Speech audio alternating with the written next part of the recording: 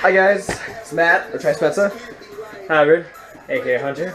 And today we're going to be talking about the 2.3.0 Destiny update.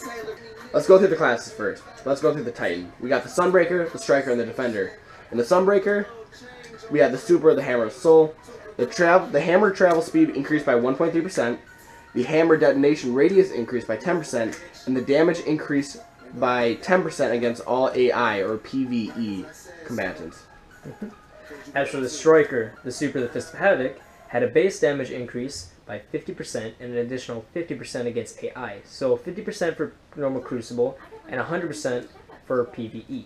Yep, and then we got the Defender. And nothing happened to the supers, just the grenades. The Spike Grenade, the damage impulses per second reduced from 5 to 10. And then the Spike Grenade, the damage per impulse increased by 100%. Total damage was unchanged. And then we got the Hunter. The Gunslinger. We're going to move on to the grenades first. The Swarm Grenade increased arming radius by half a meter. The Swarm Grenade also has a detonation damage increased by 7%. The Trip Mine Grenade, well, now, like the Lightning Grenade, instead of attaching to him and exploding on impact, it'll merely hit him, bounce off, and land on the floor there. Another thing, too, is the Trip Mine's damage got reduced by 3%, which isn't that big of a deal, but it's just something that happened. Okay, the Super with the Golden Gun for the Gunslinger, the base damage increased by 50%, that'll be PvP, and then an additional 30% against AI combatants, so that'll be 80% increase on PvE. And then also the Deadeye, which now increases the Golden Gun damage by an additional 30%. And if you don't know, then we got the Melee, which is the throwing knife. The base damage reduced by 10%. So with the Circle of Life perk, it was a really dumb upgrade node that if you got a throwing knife kill with a golden gun, even though when you ran into someone, are you gonna throw a throwing knife, Matt, or are you gonna shoot him in the face with the golden gun? I'm gonna shoot him in the face with the golden gun. Thank you. That was a really stupid thing, Bungie. Why'd you do it? Precision kills with the throwing knife will instead reduce the cooldown of your golden gun, not extend it. And also, Circle of Life will, their +1 armor that it gave you has been removed. So, awesome. The passives, the Scavenger perk increased the amount of grenade and melee energy rewarded by 33%. The Chain of Woe, that was a +1 to the recovery added, and then Over the Horizon also, no, it's recovery removed. Sorry. We got the Blade Dancer. The Blade Dancer's grenade, the skip grenade striking time got reduced from 12 to 8 seconds, which also the skip grenade's detonation damage was reduced by 13%, so it's not going to chase you as long and it's not going to do as much damage. So with the Blade Dancer with Blink, this now incurs a -1 recovery penalty. The Super now has +2 seconds added on to the Super, making it last a little bit longer, but there's also a catch to that. The detection range when melee has a half a meter increase, and there's also a 30% damage increase against all AI combatants. Also, a 0.8 second cooldown between the swings while airborne, so you can swing more when you're in air, but there's also another catch to that as well. The energy cost per swing went up 20%, so if you're mindlessly swinging your arc blade around like a lot of you kids in the Crucible, and or adults, I won't point fingers, no more of that bullshit. Now, you actually have to use your super how it's meant to be used. Oh my god, crazy, right? You have to be good at the game. Anyways, also, Vanish, when you pop your super, instead of having to press RT right away or R2 right away, you're going to immediately go invisible. Also, as for Showstopper, where you spin in a circle and does an area of effect damage, the damage radius got increased by +1 meter. Now, let's move on to the melees. So the lunge distance for the melee was decreased by 0.4 meters. Backstab was a perk on a melee, because on the perk nodes for the melee for the Blade Dancer of Blink Strike, 2 of them, one's Fast Twitch and one's Backstab, both got adjusted in this update. Backstab, the perk says, doesn't do, well now, hopefully, is when you get meleeed from behind, Bungie, behind, it'll do additional damage. But in the Crucible, if I were to stab him in the freaking eyeball, apparently I stabbed him in the back of the head. and it would one-shot kill him. Which, See, it's good for you, yeah, but not for me. no. Because I'm pissed as shit now. Because I just split your skull through Yeah. the eyes instead of the back of the head. That's just mean, Bungie. That's just mean. Why are you lying to us? Are you lying to us? But anyways, the radius for that, which was pretty messed up, just got reduced by 30 degrees. So picture it was like this, it just became this. Yeah, so now you're not getting one shot in the face so many goddamn times. Yeah. The invisible, or invis, delayed by 0.5 seconds, and then fast switch, which you already said, reduced by 20%. Now, and then we got the passives. We got the Encore, which killing an enemy with the Arc Blade now extends its duration and grants a 150% increase to Arc Blade damage for a short time. And now we're going straight to Night Stalker. The grenade, the spike grenade damage impulse per second reduced from 5 to 10, and then the spike grenade damage per impulse increased by 100%. Total damage unchanged. As for the super Shadow Shot, it now applies the suppression effect on impact. Right. Then with the melee, with the smoke, chance to be less frustrating to play against PvP, but more effective in PvE. So the impact damage increased by 34%, impact suppression and damage over time, duration reduced by 1 second, the jump suppression removed from initial impact status effects, unupgraded smoke cloud duration increased by 1 second, the envenomed cloud duration increased by 1 second, envenomed jump suppression removed from the cloud status effects, vanish and smoke, +1 agility removed, and snare. Cloud duration increased by 1 second. Now on to passives. Courage of the Pack now increases recovery, armor, and agility all by 2. Courage of the Pack also now stacks up to 3 times.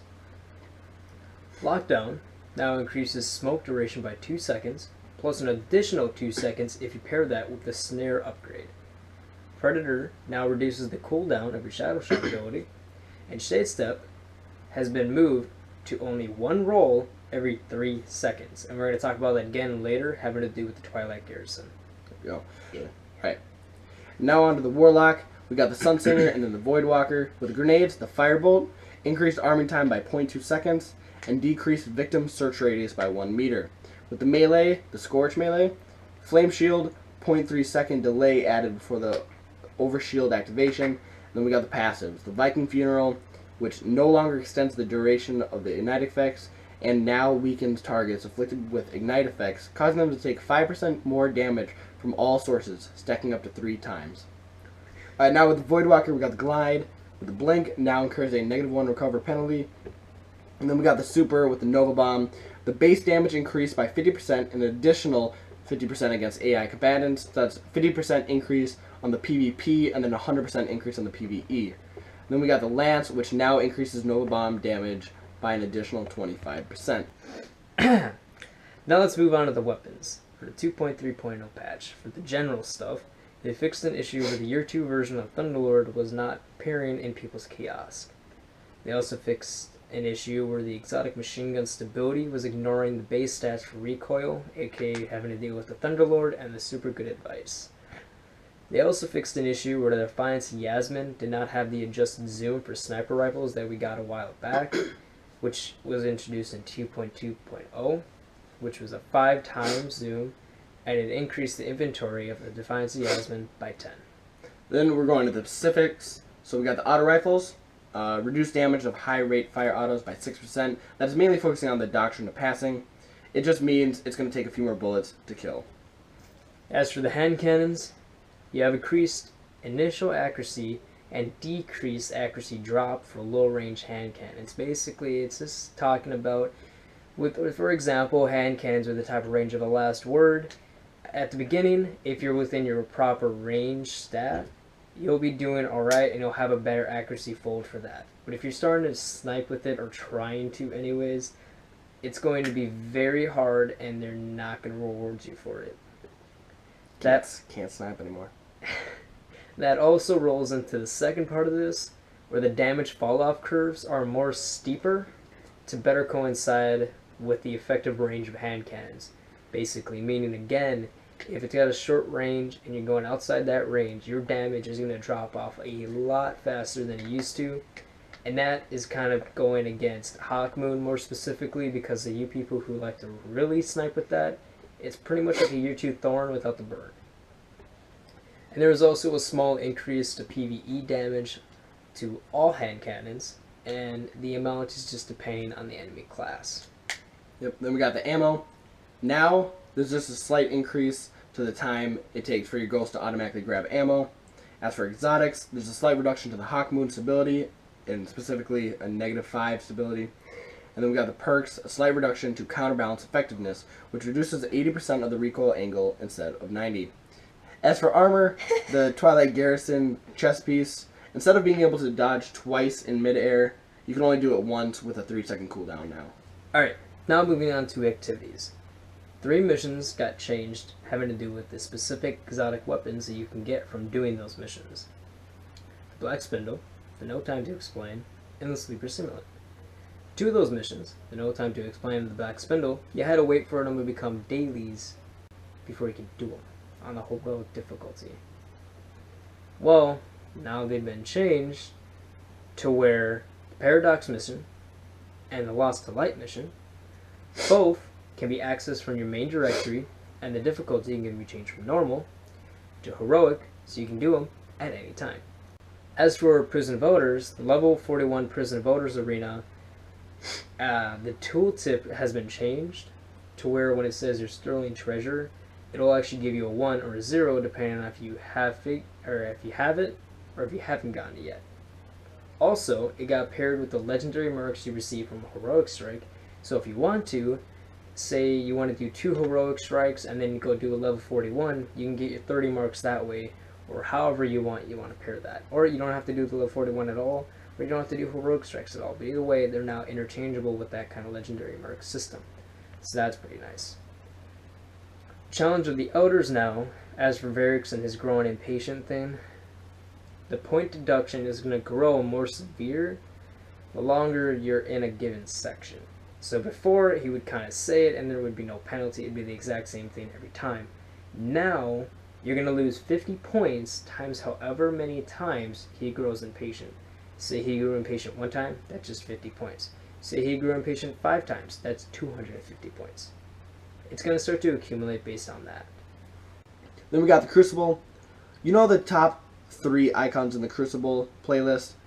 There's the far left one and the far right one. Those ones now feature weekly rewards. And they also fixed an issue where the Trials of Osiris boon icons from the House of Wolves persisted after deleting a Trials passage. And then we are going to the items. We got 3 new chroma colors, orange, magenta, and green. You guys have probably maybe seen them already or even have them.